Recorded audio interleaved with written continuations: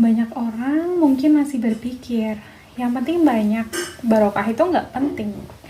Pemahaman ini keliru karena barokah sebenarnya adalah inti dari ketenangan, kebahagiaan dalam hidup. Dalam bahasa Arab, kata barokah berasal dari akar kata barokah yang memiliki makna mendalam, yaitu kebaikan yang berlimpah atau bertambah. Sederhananya, barokah berarti bertambahnya kebaikan pada sesuatu, baik secara kualitas maupun kuantitas yang berasal dari Allah Subhanahu wa Ta'ala. Nah, mari kita analogikan dengan contoh yang sederhana. Contohnya adalah harta barokah versus harta tidak barokah.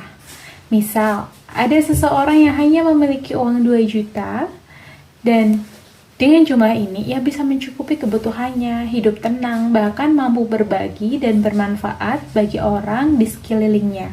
Meskipun nominalnya kecil, tapi uang tersebut terasa cukup gitu.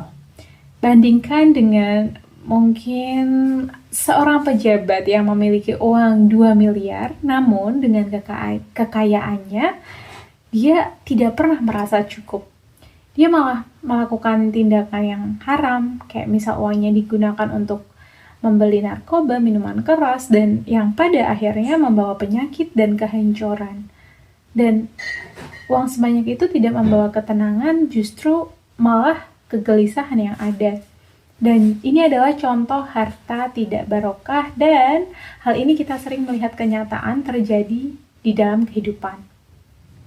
Kemudian ada juga waktu barokah versus waktu tidak barokah. Kita semua dianugerahi 24 jam sehari, tapi mengapa ada orang yang bisa memanfaatkan waktu untuk hal-hal baik, produktif, sementara yang lain merasa waktunya terbuang sia-sia gitu. Nah, untuk waktu barokah, itu terasanya 24 jam itu ketika kita melakukan ibadah terasa nikmat, banyak kebaikan yang bisa dilakukan, dan Allah melindungi dari hal segala keburukan. Kemudian waktu tidak barokah, itu kayak semua waktunya terasa hilang begitu saja, tanpa menghasilkan apapun, bahkan menjerumuskan kita pada hal-hal yang gak baik. Dan pelajaran ini adalah suatu rahasia yang kita sebut barokah. Dan cara mengejarnya adalah dengan melibatkan Allah. Caranya gimana? Dengan melibatkan Allah.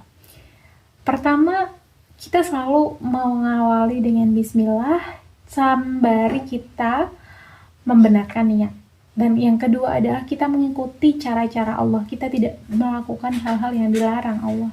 Kemudian yang ketiga adalah kita pasrahkan, kita tawakal kepada Allah, dan semoga dengan begitu kita bisa menjadikan semua yang ada di dalam hidup kita barokah.